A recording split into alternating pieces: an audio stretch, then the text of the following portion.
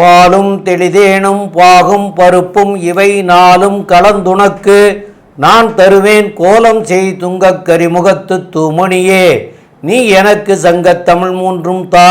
ஞானானந்தமயம் தேவம் நிர்மலஸ்படிகாகிருதியும் ஆதாரம் சர்வ வித்யாநாமய கிரீவம் உபாஸ்மயே. நமஸ்காரம். நேயர்கள் அனைவருக்கும் அஸ்ட்ரோ KS ஐயங்காரின் பணிவான நமஸ்காரங்கள். ஜோதிட குழுவின் சார்பாக குரோதி ஆண்டு ஆணி மாத பலன்களை பற்றி பார்ப்பதற்காக வந்திருக்கின்றோம்.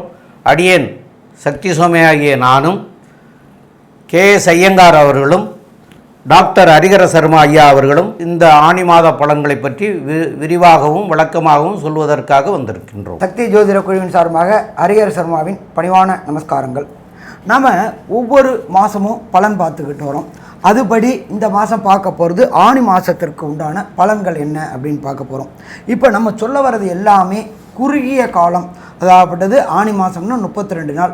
இந்த 32 நாளில் மெல்ல செல்லும் கிரகங்கள், விரைவாக செல்லும் கிரகங்கள் இருக்குது. விரைவாக செல்லும் கிரகங்களை வச்சு தான் நம்ம மாசாந்திர பலன்கள் சொல்கிறோம். விரைவாக செல்லக்கூடிய கிரகம் அப்படின்னாக்க ஃபஸ்ட்டு சந்திரன், அதுக்கு அடுத்தது அங்காரகன் செவ்வாய், அதுக்கு அடுத்தது புதன், அதுக்கு அடுத்தது சுக்கிரன், அடுத்தது மாச கிரகமான சூரியன். இதை வச்சுக்கிட்டு தான் நம்ம ஒவ்வொரு மாதமும் பலன் சொல்கிறோம். அதுபடி இந்த ட்ரிப்பு ஆணி மாதத்திற்கு என்னென்ன நற்பலன்கள் என்னென்ன கெடுபலன்கள் அப்படின்றத பார்க்க போகிறோம். அதுக்கு முன்னாடி ஆணி மாதம் என்னைக்கு பிறக்குது அப்படின்னாக்க நிகழும் மங்களகரமான குரோதி வருஷம் ஆணி மாதம் பிறக்கிறது ஆங்கில தேதிக்கு 15/6/2024 சனிக்கிழமை அன்னைக்கு பிறக்குது. அதுலேருந்து 32 நாள் 16/7/2024 செவ்வாய்க்கிழமை வரையிலும் ஆணி மாதம் பிறக்குது. இப்போ இந்த ஆணி மாதத்தில் பிறக்கும்போது என்னென்ன விசேஷ தினங்கள் நம்ம எப்பொழுதுமே பொறுத்தளவுக்கு இந்துக்களை பொறுத்தளவுக்கு ஒவ்வொரு மாதமும் ஒவ்வொரு விசேஷ தினங்களை கொண்டாடக்கூடியது. அதுபடி இந்த ஆணி மாதத்தில் என்னென்ன விசேஷ தினங்கள் வருது அப்படின்றத பார்ப்போமா. ஆணி மாதத்தில் பொறுத்தளவுக்கு 7ஆம் தேதி அன்னைக்கு பௌர்ணமி. அன்னைக்கு சரியான ஆங்கில தேதி அப்படின்றது 21/6/2024. ஆணி மாத பௌர்ணமி அப்படின்னாக்க என்ன ஒரு விசேஷம் அப்படின்னாக்க மிதுனத்தில் சூரியனும் சந்திரன் இருக்கிற இடம் தனுர்லையும் இருக்கிறது. அதாகப்பட்டது அமாவாசை அப்படின்னா சந்திரனும் சூரியனும் இணைஞ்சிருக்கிறது. சத சப்தமத்தில் வர்றது ஆணி மாதத்தில் பிறக்கிறதுல நம்மளோட ஜோதிட சாஸ்திரத்தில் எல்லோரும் என்ன சொல்லுவாங்க, மூல நட்சத்திரம் அப்படின்னாக்க ஆண் மூலம் அரசாலும் பெண் மூலம் நிர்மூலம் அப்படிம்பாங்க. அதில் பொறுத்தளவுக்கு இந்த ஆணி மாதத்தில் மூல நட்சத்திரத்தில் பிறக்கிற பெண் குழந்தைகளுக்கு 3-4 பாதத்துக்குள்ளவங்களுக்கு தான் சிக்கல். மற்றபடி பயப்பட வேண்டாம். மூல நட்சத்திரம் ஆண் மூலம் அரசாலும் பெண் மூலம் அதெல்லாம் கிடையாது. ஒன்று. அதுக்கு அடுத்தது சங்கடங்களை விளக்கக்கூடிய சங்கடகர சதுர்த்தி. அது ஆணி மாதம் 11ஆம் தேதி பிறக்குது. அதுக்கு சரியான ஆங்கில தேதி அப்படின்னு பார்த்தோம்னாக்க 25/6/2024 செவ்வாய்க்கிழமை அன்னைக்கு. அதுக்கு அடுத்தது பார்த்தோம்னாக்க கூர்ம ஜெயந்தியும் ஆணி கிருத்திகையும் பிறக்கிறது அப்படின்றது ஆணி மாதம் 18ஆம் தேதி. அதுக்கு சரியான ஆங்கில தேதி 2/7/2024 செவ்வாய்க்கிழமை அன்னைக்கு பிறக்குது. அதுக்கு பொறுத்தவரைக்கு அடுத்தது அமாவாசை. ஆணி மாதத்தில் வர அமாவாசை விசேஷமான அமாவாசை. அது பிறக்கிறது தமிழ் தேதிக்கு 21, ஆங்கில தேதிக்கு 5/7/2024 வெள்ளிக்கிழமை. இதுக்கு அடுத்தது மிக மிக முக்கியமானது அப்படின்றது ஆணி திருமஞ்சனம்.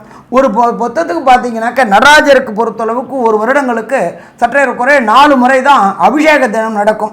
அதே போல் இந்த அபிஷேக தினம் அப்படின்றது ஆணி திருமஞ்சனம் அப்படின்றது ஆணி மாதம் 27ஆம் தேதி. அதுக்கு சரியான ஆங்கில தேதி அப்படின்னாக்க 11/7/2024 வியாழக்கிழமை மாலை உத்திர நட்சத்திரம். இதுலேயும் பார்த்தீங்கன்னாக்க விசேஷமானது அப்படின்றது திருவெண்காடு. அந்த இடத்துல நடராஜருக்கு அபிஷேகம் பண்ணுறது ரொம்ப ரொம்ப விசேஷம்.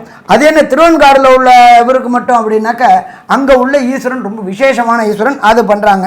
அப்போ இதே மாதிரி இந்த பொசிஷனில் இந்த 5 நல்ல நாட்களோட இந்த ஆணி பிறகுது. சரி, இதுக்கப்புறம் பார்த்தோம்னாக்க ஆணி மாதத்தில் கிரக நிலவரம் நம்ம எல்லாமே பலன்கள் சொல்கிறது கோல்சாரம். இந்த காலகட்டங்களில் 32 நாளில் என்னென்ன கிரகங்கள் எந்தெந்த இடத்துல இருக்காங்கன்றதை பார்த்துட்டு பார்ப்போம். பிறக்கும்போது மேஷத்தில் ஆட்சி பெற்ற செவ்வாயும், ரிஷபத்தில் குரு பகவானும், மிதுனத்தில் சூரியன் புதன் சுக்கிர பகவானும், காலபுருஷ தத்துவத்தின்படி 6ஆம் இடமான கன்னியில் கேது பகவானும், காலபுருஷ தத்துவத்தின்படி 11ஆம் இடத்துல ஆட்சி பெற்ற சனி பகவானும், 12ஆம் இடமான மீனத்தில் ராகுவும் கொண்ட நிலவரத்தில் இந்த ஆணி மாதம் பிறக்குது. இந்த ஆணி மாதத்தில் பொறுத்தளவுக்கு சின்ன சின்ன பயிற்சிகள் இருக்குது. ஆணி 12 புத பகவான் கடகத்துக்கு மாறுறாரு. அதே போல் 7/7/2004 கடகத்துக்கு சுக்கிர பகவான் மாறுறாரு. 11/7 ரிஷபத்தில் செவ்வாய் பகவான் மாறுறாரு. அதே போல் இந்த ஆணி 5ஆம் தேதி சனி பகவான் வக்ர ஆரம்பத்தில் இருக்கார். ஆணி மாதத்தில் புதன் சுக்கிரன் இடம்பெயர்றாரு. அப்போ இந்த 4 பெயர்ச்சிகள், இந்த 4 கிரகங்கள், விரைவாக செல்லும் 4 கிரகங்களை வச்சு தான் நம்ம எப்பொழுதுமே பலன் சொல்கிறோம். இப்போ இந்த ஆணி மாதத்தில் பொறுத்தளவுக்கு எந்தெந்த ராசிக்கு சந்திராசிரம தினங்கள், சந்திராசிரம தினம் அப்படின்னா என்ன அப்படின்னாக்க, கோச்சார சந்திரனுக்கு ஜனன சந்திரன் 8ஆம் இடத்துல வருது. அதாவது ஜனன சந்திரன் மாறாதவர், கோச்சார சந்திரன் மாறாது. 8ஆம் இடத்துல வரும்போது அவருடைய ஒளி மறையும். அப்போ இந்த சந்திராசிரம தினங்கள் என்னென்ன தினங்கள் அப்படின்றது விரிவாகவும் விளக்கமாகவும் சொல்லுவோம். அந்த காலகட்டங்களில் சுபகாரியங்களை தவிர்க்கணும் அப்படின்றதையும் பற்றி டீட்டெயிலாக சொல்லுவோம். இதை தவிர உங்களுக்கு இந்த காலகட்டங்களில் என்னென்ன கோயிலுக்கு போயிட்டு எளிய பரிகாரம், ஒரு சில பேருக்கு பார்த்தோம்னாக்க தசாநாதன், புத்திநாதன், அந்தரநாதன், சூட்சுமநாதன் ப்ராப்ளமாக இருக்கக்கூடிய காலகட்டங்களில் இந்த விரைவாக செல்லும் கிரகங்கள்னால ஏற்படக்கூடிய தோஷங்கள், நற்பலன்கள் கிடைக்காம அது தள்ளி போகுது அப்படின்னாக்க அதற்கு உண்டான எளிய பரிகாரங்கள், ஆலய வழிபாடு மற்றும் மூலமந்திரங்கள் எல்லாமே விரிவாகவும் விளக்கமாகவும் சொல்ல போகிறோம். இப்போ ஒவ்வொரு ராசிக்கும் ஆணி மாதத்தில் என்னென்ன பலன்கள் அப்படின்றத விரிவாகவும் விளக்கமாகவும் பார்ப்போமா? கடகம், புனர்பூசம், பூசம், ஆயில்யம், இந்த 3 நட்சத்திரம் 9 பாதங்களை கொண்ட ராசி. ராசியின் அதிபதினு சொல்லக்கூடியவர் அதிவேகமாக செல்லக்கூடிய சந்திர பகவான். அதாவது பொதுவாகவே மாச பலன்னு சொல்லும்போது சூரியன், செவ்வாய், புதன், சுக்கிரன் இந்த 4 கிரகங்களை வச்சு சொல்லுவோம். இந்த மாதம் பார்த்தாலேயானால் உங்களுடைய ராசிக்கு 12ஆம் இடம்னு சொல்லக்கூடிய இடத்துல 3 கிரகங்கள் இருக்கிறது ரொம்ப விசேஷம். 12ஆம் இடத்துல 12ஆம் அதிபதி ஆட்சி சுக்கிரனோட சேர்ந்து இருக்கிறதும், 2ஆம் அதிபதி 12ஆம் இடத்துல இருக்கிறதும் பெரிய ஏற்றம். இதனால் என்ன வரும் அப்படின்னா, பணவரவிற்கு பஞ்சம் இருக்காது. வரக்கூடிய பணமும் சுப செலவுகளாக போகக்கூடிய வாய்ப்புகள் நிச்சயமாக உண்டு. குரு 11ஆம் இடத்துல இருக்கார், தனித்த குருவாக இருக்கிறதுனால லாபங்கள் அதிகமாக இருக்கும். 10ஆம் இடத்துல செவ்வாய் ஆட்சி பெற்று போயிருக்கார், தொழிலில் பெரிய ஏற்றம். அதுவும் ரியல் எஸ்டேட்டில் பார்த்தீங்கன்னா 100 ரூபாய் போட்டிருந்தீங்கன்னா 1000 ரூபா வரக்கூடிய வாய்ப்புகள் இந்த மாதத்தில் உங்களுக்கு வந்தே தீரும். அதாவது நிலம் விற்கிறது, வாங்கிறது, இந்த மாதிரியான விஷயங்கள் இருக்கிறவங்களுக்கு பெரிய ஏற்றமாக இருக்கும். அதை தவிர காய்கறி வியாபாரம், விவசாயம் பண்ணுறவங்களுக்கு பெரிய ஏற்றம் கிடைக்கக்கூடிய மாதமாக இந்த மாதம் அமைய போகிறது. ஏன்னா 10ஆம் இடத்துல செவ்வாய் பகவான் பூமிகாரகன் ஆட்சி பெற்று போயிருக்கிறதன் மூலியமாக பூமி சம்பந்தமான தொழில் செய்யக்கூடிய அனைத்து பேருக்கும் நல்ல ஒரு ஏற்றம். சந்திர ராசி பூமி சம்பந்தமான தொழில்னு போகும்போது விவசாயம் நல்ல ஒரு ஏற்றம் இருக்கும். காய்கறி, பழ வகைகள் நல்ல ஒரு ஏற்றம் கிடைக்கக்கூடிய வாய்ப்புகள் மிகவும் நிச்சயமாக உண்டு. எளிதில் அழுகக்கூடிய பொருட்களில் வியாபாரம் பண்ணுறவர்களுக்கு பெரிய ஏற்றம் கிடைக்கும். பால் வியாபாரம் பண்ணுறவர்களுக்கு திடீர் லாபம் வரக்கூடிய வாய்ப்புகள் நிச்சயமாக உண்டு. இந்த மாதம் பார்த்தீங்கன்னா கடகராசிக்காரர்களுக்கு ஜாக்பாட்டான மாதம் இருந்தாலும் 8ஆம் இடத்துல ஒரு எச்சரிக்கையோடு சொல்கிறோம். சனி பகவான் இருக்கார். தவறுகள் எதில் செய்த எந்த ஒரு விஷயத்தில் தவறு செஞ்சாலும் அதில் தண்டனை வாங்கி கொடுக்கக்கூடியவர். அவர் துலாத்தில் உச்சம் பெறுறதுனால எல்லாத்தையும் சமமாக பார்க்கக்கூடியவர். தவறுக்குண்டான பலனையும் இது சரியான விஷயத்திற்கு உண்டான பலனையும் தனித்தனியாக கொடுக்கக்கூடியவர். அதாவது இதுக்குண்டானது அதில் கழிச்சிட்டு மிச்சத்தை மட்டும் கொடுக்குறது அந்த மாதிரி கிடையாது. சரியான விஷயங்கள் செஞ்சுருக்கீங்கன்னா, சரியான விஷயம் 10 செஞ்சுருக்கீங்கன்னா அதுக்கு உண்டான பலன், தவறான விஷயங்கள் 5 செஞ்சுருந்தீங்கன்னா தவறான விஷயத்துக்கு உண்டான 5 பலனும் நிச்சயமாக வரும். அதனால தான் சனி பகவானை கண்டு அஞ்சுறாரு. அது 8ஆம் இடத்துல போய் இருக்கிறதுனால அஷ்டமத்து சனின்னு சொல்லக்கூடியது. வேலை செய்யும் இடத்துல ரொம்ப ஜாகிரதையாக இருக்கணும். தொழிலில் ரொம்ப பிரச்சனைகள் வரும். பொறுமையாக இருந்து அதை கையாளணும். யாரோடையும் கோவப்படாமல் இருக்கிறது நல்லது. வண்டி வாகனங்களில் போகும்போது பொறுமையாக போகிறது ரொம்பவும் நல்லது. அரசாங்கம் சொல்லக்கூடிய விஷயங்களை கடைபிடித்து செல்லக்கூடியது ரொம்பவும் நல்லது.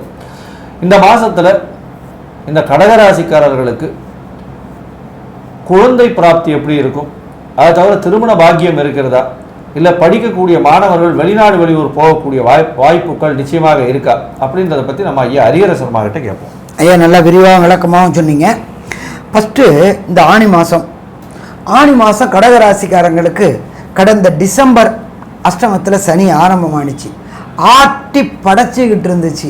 அதுலேருந்து உங்களுக்கு ஒரு ரிலாக்ஸ் கிடைக்குது. அது என்ன சாமி ரிலாக்ஸ் கிடைக்குது?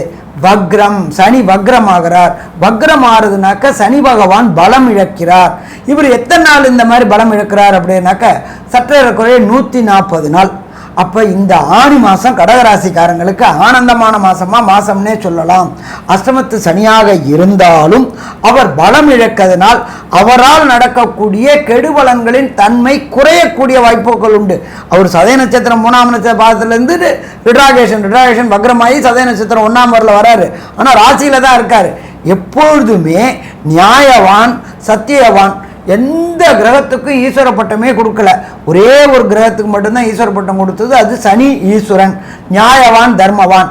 அவர் பலம் இழக்கும் போது இந்த காலகட்டங்களில், கடந்த காலகட்டங்களில் டிசம்பர்லேருந்து இப்போ வரலாம் அனுபவிச்சுட்டு இருந்த கஷ்டங்களில் கொஞ்சம் பிரீத்திங் என்ன ஐசியூவில் இருந்தவங்களுக்கு ஜென்ரல் வார்டுக்கு வந்த மாதிரி. இது எத்தனை நாள் சற்றேறக்குறைய ஒரு 3 மாதத்துக்கு ஃப்ரீயாக இருந்துக்கலாம். அவர் மாறுறது மார்ச் மாதம் 26 2026 மாறுறாரு. ஆனால் இதில் கொஞ்சம் பிரீத்திங் கிடைக்கக்கூடிய காலகட்டம். சரி, இதை தவிர குரு பகவானை பொறுத்தளவுக்கு 10ல் இருந்து பதவிக்கு ஆட்டம் காட்டிகிட்டு இருந்தார். நமக்கு வேலை இருக்குமா, வேலை இருக்காதா, நம்மளை கன்ஃபார்ம் பண்ணுவானா, கன்ஃபார்ம் பண்ண மாட்டானா, வச்சுப்பானா, வச்சுக்க மாட்டானா அப்படின்னு பயந்துகிட்டு இருந்த கடகராசிக்காரங்களுக்கு பிரகஸ்பதியான குரு பகவான் 11ல் வரார். 11ல் வந்தது சிறப்பா? கண்டிப்பாக சிறப்பு. அப்போ வேலையில் இதுவரையிலும் இருந்த பயம் கலந்த பதட்டம் அத்தனையும் விலகி கண்டிப்பாக பதவி உயர்வு பணவரவு கிடைக்கக்கூடிய மாதம்னு சொல்லலாம். சரி, இதை தவிர கடகராசிக்காரங்களுக்கு பிரகஸ்பதியான குரு பகவான் 11ல் இருந்துட்டு அவருடைய பார்வையை செலுத்துறார். எங்கே செலுத்துறாரு அப்படின்னாக்க அவருடைய விசேஷ பார்வையான 5ஆம் இடம். 5ஆம் இடம்ன்றது கடகராசிக்கு 3ஆம் இடம். 3ஆம் இடம் அப்படின்றது முயற்சி ஸ்தானம் மற்றும் இளைய சகோதர ஸ்தானம் அப்படிம்போம். அப்போ இதுவரையிலும் முயற்சிகளை தோக்கடிச்சுக்கிட்டே இருந்துட்டு அப்போ அந்த தோல்விகள் எல்லாம் வெற்றியாக உங்களுக்கு மாலையாக விழக்கூடிய காலகட்டம். அதுக்கு அடுத்தது ஜோதிட சாஸ்திரத்தில் 3ஆம் இடத்துல பொறுத்தளவுக்கு ஆணுக்கு வீரியஸ்தானம் அப்படின்னு சொல்லுவோம். வீரியஸ்தானத்தில் கேது பகவான் இருந்துட்டு இருந்தார். அதை குரு பகவான் பார்க்கும் பொழுது அந்த வீரியம் கூடி சந்தான பாக்கியம் என்கின்ற வம்சம் விருத்தி விளையக்கூடிய காலகட்டங்கள். ஆணோடைய லட்சம் கவுண்டிங்கில் பெண்ணோடைய சினமுட்டையில் ஒரு கவுண்டிங் தான் சேரும். ரொம்ப நாளாக இவங்க பயந்துக்கிட்டே இருந்துகிட்டு இருந்தவங்க, சந்தான பாக்கியம் இல்லையே அப்படின்ட்டு, யார் மேலே குற்றம் அப்படின்னு பயந்துட்டு இருந்தவங்களுக்கு இந்த காலகட்டங்களில் வீரியஸ்தானம் குரு பார்க்கறதுனால கண்டிப்பாக இந்த ஆணி மாதத்தில் புத்திர பாக்கியம் உண்டாகக்கூடிய வாய்ப்புகள் உண்டு. சரி, இதை தவிர குரு பகவானானவர் 7ஆம் பார்வையா விருச்சிகத்தை பார்க்குறார். அந்த இடம் நம்ம என்ன சொல்லுவோம் அப்படின்னாக்கா ஜோதிட சாஸ்திரத்தில் பொறுத்தளவுக்கு பூர்வ புண்ணிய புத்திரஸ்தானம். அதை தவிர குலதெய்வம் போகக்கூடிய ஸ்தானம், புகழ் பெறக்கூடிய ஸ்தானம் அப்படிம்போம். இதுவரையிலும் தடையும் தாமதமும் இந்த கடகராசிக்காரங்களுக்கு 10ல் இருந்துட்டு குருவுடைய பார்வை 5ஆம் இடத்துல படாதனால தான் செய்த அத்தனை வேலைக்கு உண்டான ரெகக்னைஸே கிடைக்கல. நம்ம பாட்டு வேலை பார்த்துக்கிட்டே இருக்கிறோம், ஆனால் அதுக்கு உண்டான ரெகக்னைஸ் கிடைக்கல. அப்போ ரெகக்னைஸ் அப்படின்றது புகழும் பதவியும் பணவரவும் கிடைக்கக்கூடிய மாதம். அடுத்தது 5ஆம் இடம் அப்படின்றத பொறுத்தளவுக்கு குலதெய்வ வழிபாடு ஏற்கக்கூடிய மாதம். அஷ்டமத்தில் சனி நடக்கிறதுனால எல்லாம் கிளம்பி டிக்கெட்டெல்லாம் எடுத்துகிட்டு ரெடி பண்ணியிருப்போம். போயிட்டு கிளம்ப போகும்போது ஏதாவது ஒரு தடங்கள் தாமதம் வந்துடும். இப்போ அந்த சனி பகவானும் வக்ரமானதுனாலையும் குரு பகவான் பார்வை பெறதுனாலையும் குலதெய்வ வழிபாடு செய்யக்கூடிய ஏற்ற மானம் அப்படின்றது இந்த கடகராசிக்காரங்களுக்கு ஆணி மாதம். இதை தவிர பிரகஸ்பதியான குரு பகவான் உங்களுடைய ராசிக்கு 8ஆம் இடம் அப்படின்றத பொறுத்தளவுக்கு நல்லா இருக்கா அப்படின்னா சனி பகவான் ஆட்சி பெற்ற சனி பகவான் 8ஆம் இடம் அப்படின்றது மறைவு ஸ்தானம்னு நம்ம சொல்லுவோம். வெளியூர் வெளிமாநிலம் வெளிநாடு போகணும்னு முயற்சி செய்யக்கூடிய இந்த கடகராசி என்பவர்களுக்கு வெளியூர் வெளிமாநிலம் வெளிநாடு முயற்சிகள் ஜெயமாகும். ஏன்னா 9ஆம் இடத்துல ராகு, அந்த ராகுவும் கோதண்ட ராகு. அப்போ படிப்பு விஷயமா போகக்கூடிய கடகராசி குழந்தைகளுக்கு இந்த காலகட்டங்களில் வெளியூர் வெளிமாநிலம் வெளிநாடு செல்லக்கூடிய வாய்ப்புகளும் உண்டாகுமா? கண்டிப்பாக உண்டாகும். ஸோ மொத்தத்தில் பார்த்தோம் அப்படின்னா கடகராசி என்பவர்களுக்கு ஆணி மாதம் அப்படின்றது மிக மிக ஆனந்தமான மாதம்னு சொல்லலாமா? கண்டிப்பாக சொல்லலாம். சரி சாமி, எல்லாம் சொல்லிட்டீங்க. சந்திராசிரம தினங்கள், அதாகப்பட்டது சந்திராசிரம தினங்கள் அப்படின்றது எப்பொழுதுமே உங்களுடைய நட்சத்திரத்திலிருந்து 17வது நட்சத்திரம் அப்படின்றது சந்திராசிரம தினம். அது உங்களுடைய கடகராசிக்கு எந்தெந்த நாட்டில் வருது, அந்த நாட்களில் என்னென்ன செய்ய வேண்டும், என்னென்ன தவிர்க்க வேண்டும்ன்றதையும் மட்டும் சொல்லாமல் உங்களுக்கு அதற்கு உண்டான இந்த கடகராசிக்கு உண்டான தசாநாதனோ புத்திநாதனோ அந்தரநாதனோ சூட்சமநாதனோ சரியில்லாமல் இருந்தால் அதற்கு உண்டான எளிய பரிகாரத்தையும் நம்ம ஐயா சக்தி சோமையாவும் சொல்லுவாங்க. ரொம்ப அற்புதமாக தெளிவாக விவரமாக சொன்னீங்க. இப்போது இந்த கடகராசிக்காரர்களுக்கு வந்து என்னன்னு கேட்டிங்கன்னா, ஒவ்வொருத்தருக்கும் ஒவ்வொரு திசைகள் நடந்துகிட்ருக்கும். அந்த திசைகள் வந்து நல்லா இருந்துச்சுன்னு சொன்னால் அதை பற்றி பிரச்சனை கிடையாது. நல்லா இல்லை அப்படிங்கிற போது கண்டிப்பாக நீங்கள் வந்து அது என்ன திசை நடக்கிறதோ அந்த திசைக்குண்டான கிரகத்துக்கு அந்த கிழமை அன்னைக்கே போய், இப்போ புதன் சரியில்லை அப்படின்னா புதன்கிழமை அன்னைக்கு புதன் பகவானை போய் பாருங்கள். வியாழன் சரியில்லையா, குரு பகவான் சரியில்லைங்கிற போது வியாழக்கிழமை அன்னைக்கு தட்சிணாமூர்த்தியை போய் வழிபடுங்க. இப்படி வந்து உங்களுடைய ஜாதகத்தில் இன்னைக்கு உங்களுக்கு என்ன திசை நடந்துட்டு இருக்குதோ அந்த திசைகள் வந்து சரியில்லாமல் இருந்தால் கண்டிப்பாக அந்த கிரகத்திற்கு அதே கிழமை அன்னைக்கு போய் வழிபாடுகள் செய்துக்கிறது சால சிறந்ததாக இருக்கும். மேலும் வந்து இந்த ஆணி மாதத்தினுடைய கோச்சார பலன்களை நம்ம வந்து பார்க்குற போது உங்களுக்கு அஷ்டமத்து சனி நடக்கிறதும், அது வக்கரமாக இருந்தாலும் சில பேருக்கு வேலை செய்யும், சில பேருக்கு வேலை செய்யாது. அதனால் கண்டிப்பாக அஷ்டமத்து சனியோட பலன் தான் அதிகமாக இருக்கும். அதனால் வந்து வாரம் சனிக்கிழமை அன்னைக்கு சனீஸ்வர பகவானை போய் வழிபடுறதும், டெய்லி விநாயகரை வணங்குறதும் இதெல்லாம் நீங்கள் பண்ணினீங்கன்னா இந்த மாதத்தில் வந்து வரக்கூடிய விளைவுகளில் இருந்து, அதாவது தீமைகளில் இருந்து நன்மை பயக்கக்கூடிய விளைவுகளாக மாற்றிக்கொள்ள முடியும். மேலும் வந்து உங்களுக்கு இந்த மாதத்தில் உள்ள சந்திராஷ்டம தினங்கள் அப்படின்னு சொல்லக்கூடியது வந்து ஆணி மாதத்துக்கு 12ஆம் தேதி 13ஆம் தேதி வந்து உங்களுக்கு சந்திராஷ்டம தினங்கள். அதாவது ஆங்கிலத்தில் சொல்லணும்னு சொன்னால் 26/6/2024 புதன்கிழமையும் 27/6/2024 வியாழக்கிழமையும் வருது. இந்த ரெண்டு நாட்களையும் தவிர்க்கணும். எதற்காகலாம் தவிர்க்கணும் அப்படின்னு கேட்டால், பிரயாணத்திற்காக தவிர்க்கலாம், புதிய முயற்சிகள் செய்வதற்காக தவிர்க்கலாம். இதுகளையெல்லாம் பண்ணினீங்கன்னா கண்டிப்பாக இந்த மாதமும் நன்மையாக இருக்கும். மேலும் உள்ள விவரங்களுக்கு நம்முடைய ஐயங்கார் அவங்க சொல்லுவாங்க. ஐயா, கடகராசியை பொறுத்தவரையிலும் இவ்வளவு நாள் பட்ட கஷ்டத்துலேருந்து பெரிய ஏற்றம் கிடைக்கும். ஏன்னா சனி பகவானும் வக்கரகதியில் போகிறார். அதனால் அவ்வளோ பெரிய பிரச்சனைகள் வரக்கூடிய வாய்ப்பு இல்லை. 11ஆம் இடத்துல குரு வந்ததுலேருந்து கொஞ்சம் மாறுதல்கள் உங்களுடைய லைஃப்பில் இருக்கக்கூடிய வாய்ப்பு உண்டு. ஏன்னா புதிய வேலைக்கு பார்த்துட்ருப்பீங்க. வேலையில் ஓவர் பலு இருக்கும். அதாவது மென்டல் ஸ்ட்ரெஸ்ஸு கொஞ்சம் அதிகமாக இருக்கும், ஃபிசிக்கல் ஸ்ட்ரெஸ் அதிகமாக இருக்கும், வேலை ரொம்ப அதிகமாக இருக்கும். அந்த பிரச்சனைகள்லாம் இருந்துட்டு தான் இருக்கும். உங்களோட வேலை செய்கிற இடத்துல உங்களுடைய பாஸ் வந்து நீங்கள் சொல்கிறது எல்லாத்தையுமே வந்து தப்புன்னு சொல்லுவார். இந்த மாதிரியான பிரச்சனைகள் நிறைய இருக்கும். வேலை மாற்றங்களுக்கு பார்த்துட்ருப்பீங்க. இந்த காலகட்டத்தில் வேலை புதுசாக கிடைக்கக்கூடிய வாய்ப்புகள் நிச்சயமாக உண்டு. 12ஆம் இடத்துல 12ஆம் அதிபதி ஆட்சி இருக்கிறதுனாலையும் சுபத்துவம் அடைகிறதுனாலும் வெளிநாடு போகணும்னு பார்த்துட்டு இருக்கவங்களுக்குலாம் நல்ல ஒரு ஏற்றம் கிடைக்கக்கூடிய காலகட்டம். முயற்சிகள் எல்லாம் வெற்றி பெறும். குழந்தை பிராப்தி ஏற்படக்கூடிய பாக்கியம் நிச்சயமாக உண்டு. திருமணத்திற்கு பார்த்துருந்தீங்கன்னா இப்போ வந்து சனி பகவானும் மெட்டில் இருக்கார், குரு பகவானும் உங்களுடைய சப்தமத்தை பார்க்குறார். நல்ல ஒரு ஏற்றம். நிச்சயமாக உங்களுக்கு திருமண பாக்கியம் நிச்சயமாக உண்டாகக்கூடிய வாய்ப்புகள் உண்டு.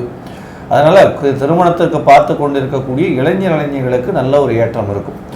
முயற்சிகள் எல்லாமே வெற்றி பெறும். குழந்தை பிராப்தி நிச்சயமாக உண்டு. பணவரவிற்கு நிச்சயமாக கவலை இருக்காது. ஏன்னா 2ஆம் அதிபதியும் 12ஆம் இடத்துல போய் 11ஆம் அதிபதியோட சேர்க்க பணம் எல்லா பக்கத்துலேருந்து வரும். மென்டல் ஸ்ட்ரெஸ் அதிகமாக இருக்கும். ஃபிசிக்கல் லேபர் ஒர்க்கு ரொம்ப கொஞ்சம் அதிகமாக இருக்கும். மொத்தத்தில் பார்த்தீங்கன்னா இந்த மாதம் நல்ல ஒரு ஆனந்தமான மாதமாக, ஏற்றமான மாதமாக இருக்கும் அப்படின்னு இந்த சக்தி ஜோதிட குழு சொல்லுது. நன்றி, நமஸ்காரம். அஸ்ட்ரோ ஐயங்கார் யூடியூப் சேனல் பார்த்தமைக்கு நன்றிகள். மேலும் இது போன்ற ஆன்மீக ஜோதிஷ தகவல்கள் உங்களை வந்து அடைய astro Iyengar YouTube channel subscribe செய்யவும், பெல் ஐக்கானை மறக்காமல் அழுத்தவும். நன்றி, வணக்கம்.